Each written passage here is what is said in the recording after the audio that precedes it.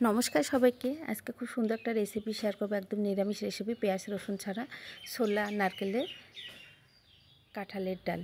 আশা করছি তোমাদের রেসিপিটি সকলে ভালো লাগবে। তা কাঁঠালটা কেটে কুটে নিয়ে আসলাম, আর দেখতেই পারলে যে ছোটো ছোটো করে কেটে নিয়েছি, বেশি বড় করে কাটে নিয়ে নারকেলটাও ফাটিয়ে চিড়ে নিয়ে আসলাম।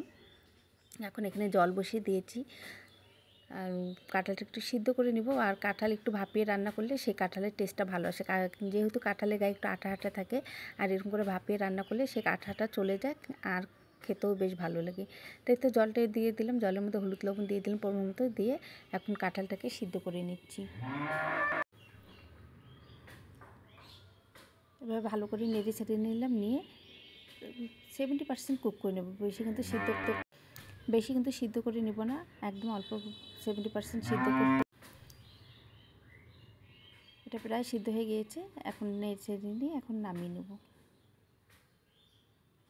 এখানে ডালটা এখন বসিয়ে দিলাম, কাঁঠালটা সিদ্ধ করতে হয়ে গেছে, সাইডে রেখে দিলাম। ছোলার ডালটা দিয়ে দিলাম, আর আগে আমি ঘন্টাখানেকের জন্য ভেজে রেখে দিয়েছি। জাস্ট 2টো সিটি দেবো, বেশি সিটি দেবো না, বেশি সিটি দিলে গলে যাবে। আমি ডালটা চাচ্ছি ফাটা ফাটা যেতে হয়। পরিমাণ মতো লবণ, কাঁচা লঙ্কা, গোটা গোলমরিচ মানে গোটা গরম মশলা আর দিয়ে দিলাম, আর কাঁচা লঙ্কা দিয়ে দিয়েছি পরিমাণ মতো।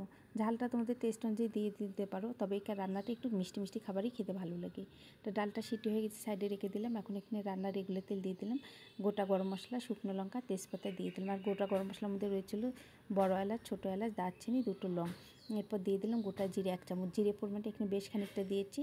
এরপর দিয়ে দিলাম আদা বাটা, পরিমাণ মতো হলুদ, লবণ, লাল লঙ্কার গুঁড়ো দিয়ে মশলাটাকে একটু জল দিয়ে কষিয়ে নেব। এখন তারপরে কোরা নারকেল একটু দিয়ে দিলাম। এখন ভাজা গুঁড়ো মশলা দিয়ে দিলাম, এর মধ্যে রয়েছে আদা গুঁড়ো, জিরে গুঁড়ো, গোটা গরম মশলা গুঁড়ো, সব কিছু মিলে একটু গুঁড়ো করে নিয়েছিলাম। এখন দিয়ে দিচ্ছি চিনি দিয়ে এখন ভালো করে মশলাটাকে কষিয়ে নেব। আর যেহেতু এখানে আমি পেঁয়াজ রসুন ব্যবহার করিনি, এই জন্য মশলাটা একটু তেল তেল লাগছে, বা মশলাটাকে একটু জল দিয়ে কষিয়ে নিচ্ছি, নাহলে আবার পুড়ে গেলে খেতে তেতো লাগবে। এখন ভালো করে মশলাটাকে কাঁঠালের সঙ্গে, সিদ্ধ করা কাঁঠালটা সেটা দিয়ে দিলাম। দেওয়ার পর এখন মশলাটাকে খুব ভালো করে কষিয়ে নিচ্ছি কাঁঠালের সঙ্গে। এতে কাঁঠালের গায়ে যে মশলাগুলো লেগে যাবে, আর কাঁঠালটাও বেশ জুসি জুসি ভাব লাগবে, একটু ঝাল ঝাল লাগবে। আর এমনিতেই ডালটা একটু মিষ্টি মিষ্টি খেতে ভালো লাগবে, আর খুব একটা ঝাল কিন্তু আমি দিইনি। কারণ ভালো করে নেড়ে চেড়ে নিয়ে নিচ্ছি। আর তোমরা এখানে নারকেল পোড়া শুরুতেই দিয়েছি, আর নারকেল বড় বড় যে নারকেলের টুকরোগুলো করে নিচ্ছি, সেগুলো হলো এখন দিয়ে দেবো। আর এইভাবে নারকেল বড় বড় করে দিলে খেতে বেশ ভালোই লাগে। বাদাম কুচিগুলো, কাঁঠালের বীজগুলো যেমন খেতে ভালো লাগে, ঠিক এটাও সেরকম ভালো লাগে। আবার একটু কাঁচা আদা দিয়ে দিলাম, এরপর কয়েকটা কাঁচা লঙ্কা দিয়ে দিলাম, দিয়ে আবার একটু ভালো করে নেড়ে চেড়ে কষিয়ে নিচ্ছি। বেশ কষিয়ে নেওয়া হয়ে গেছে, এখন সিদ্ধ করা ডালটা এখন ঢেলে দেবো। আর ডালটা দেখতে পাচ্ছ কতক্ষণ শক্ত রয়েছে, ঠিক এরকম শক্ত করেই নামিয়ে নেবে।